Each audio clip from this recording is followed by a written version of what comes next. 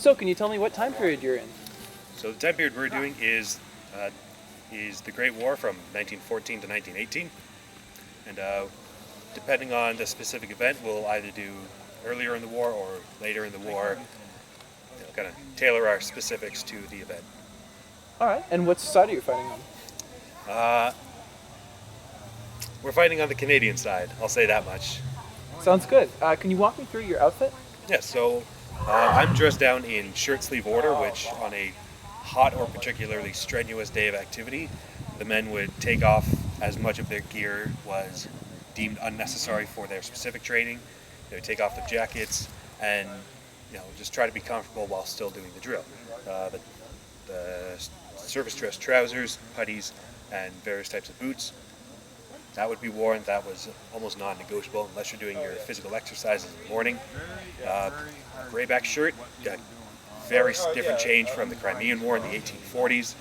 The only real addition was this tape across the front to put a man's number, and this isn't my number, it's a relative's who served. Tried to serve, he didn't work too well at 16. No. Yeah. The belt I have is the belt for the 1908 web gear. Belts were commonly worn on the road or even just with the bayonet for drill purposes. Just again, to lighten that load and make it as easy as possible to just, if you're doing the one thing, this is all you really need. Keeps you lighter, cooler, so you can work longer, and if you ask your sergeant, probably harder. And then the cap I have was introduced 1915 or 16 because the service dress cap was stiffened by card and wire. It was ungainly to not only wear in the trenches, but to store it anywhere, because you couldn't. This, I can roll it up and stuff it in a pocket. The stiffened cap, you can't really do that. So it was lighter, it was easier to put away, and you could just work with it a lot easier. Now on parade, you would still use the big full service cap. When you were in the frontline trenches, you'd be wearing the steel helmet for shrapnel protection. That's more or less what I'm wearing. So I noticed that there's a fashion around here to wear your mustaches upwards. Why is Yes. That was more a carryover from the Victorian era.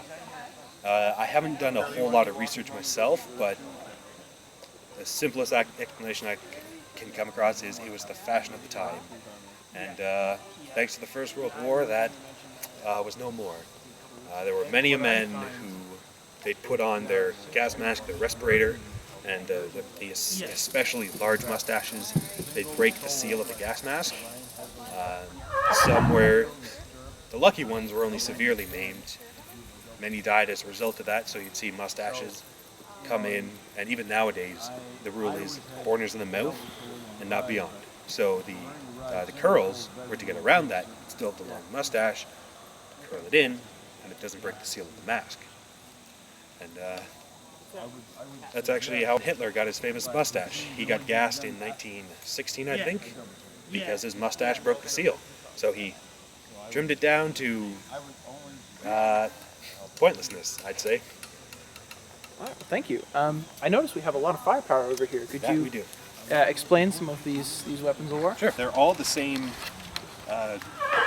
model of rifle. They're all the Mark III Star short magazine Lee Enfield. The Mark III was introduced 1907. The 3 Star was introduced 1916 to get rid of the long-range dial sights that were ranged for an ambitious 3,200 yards. So instead, we just have 2,000 yards. You can see someone at that distance. Bravo. It's a fairly simple rifle, 10-shot removable box magazine that was only meant to be removed for clearing damages or jams. Simple, fast bolt action. Rear sight up here with your front sight, and the bayonet itself, which I happen to have, fixes onto the end to give you a bit more reach and close quarters fighting power, despite it being a 17-inch blade. So about the bayonet itself, I noticed some of the Civil War reenactors had a triangle-shaped bayonet. Why did that change? a triangular wound is very difficult to stitch up. The way I've heard it is, you go into something, come out, you could stitch two of the sides together, you go to stitch the third, you go and do the one, and you just kind of keep running around until, unfortunately, the soldier usually bleeds out. So it was almost a gentleman's agreement at the time that, while we still want bayonets, this probably isn't the way to go about it. So Britain switched officially in 1888 with the magazine Lee Metford.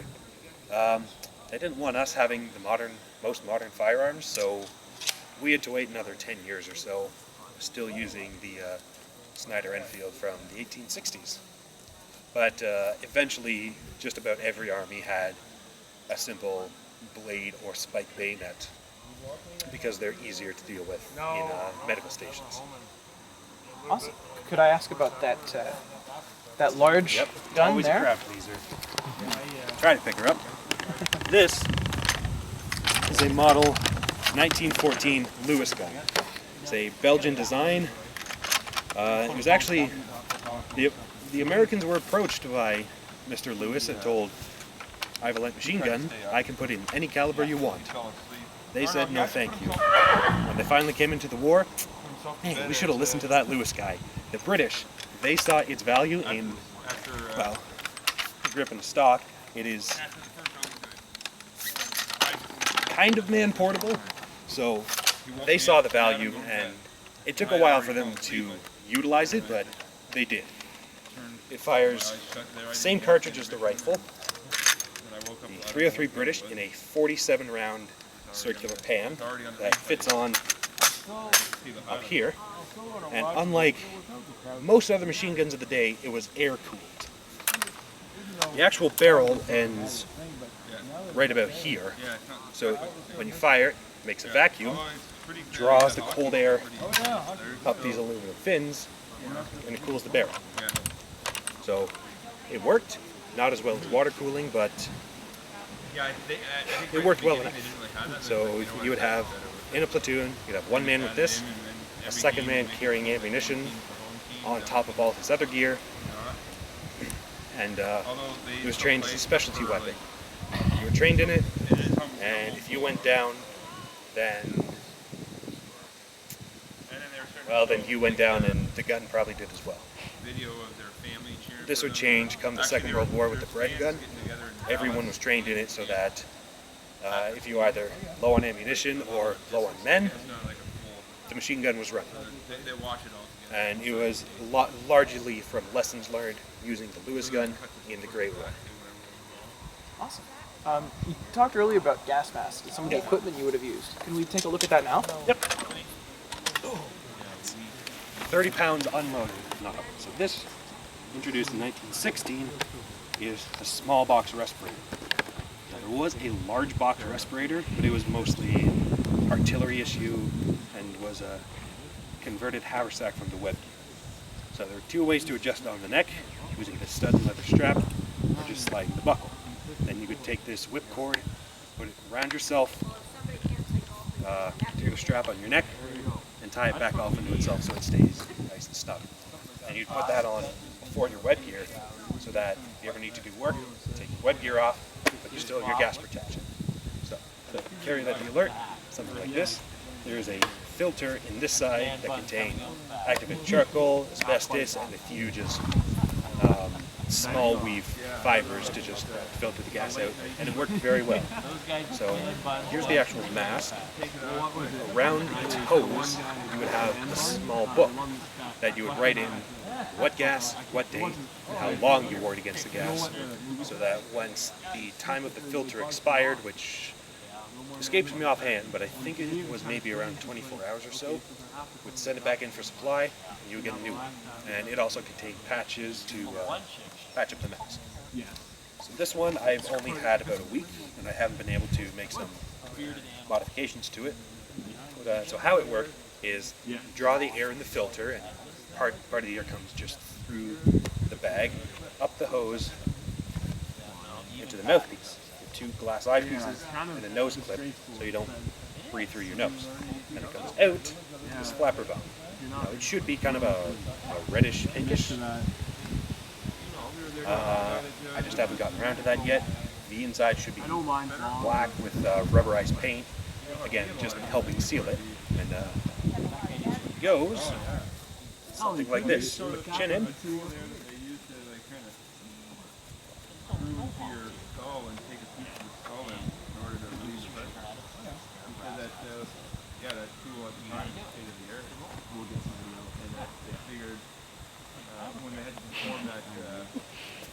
Wow. So if I may ask, Yes. why is the mouthpiece supposed to be red and pink?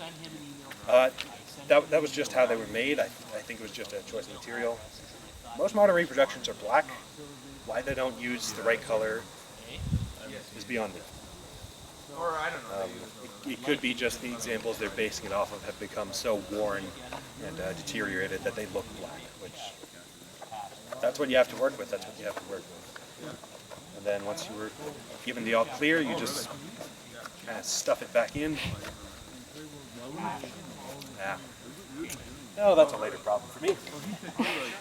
You're welcome. And also the little canisters down there.